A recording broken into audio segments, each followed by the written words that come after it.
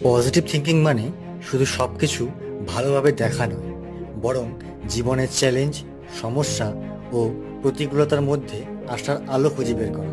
এটি আমাদের মন, আচরণ ও জীবনকে এক নতুন মাত্রায় নিয়ে যেতে সাহায্য করে। আমরা যখন পজিটিভ চিন্তা করি তখন আমাদের ভেতরের আত্মবিশ্বাস জাগ্রত হয়। আমি পারবো, আমি শিখতে পারি, ভুল হতেই পারে। এই ধরনের চিন্তাগুলো আমাদেরকে নতুন কিছু শেখায় এবং চেষ্টা করার সাহস দেয়। পজিটিভ থিঙ্কিং আমাদেরকে সবসময় আশাবাদী রাখে।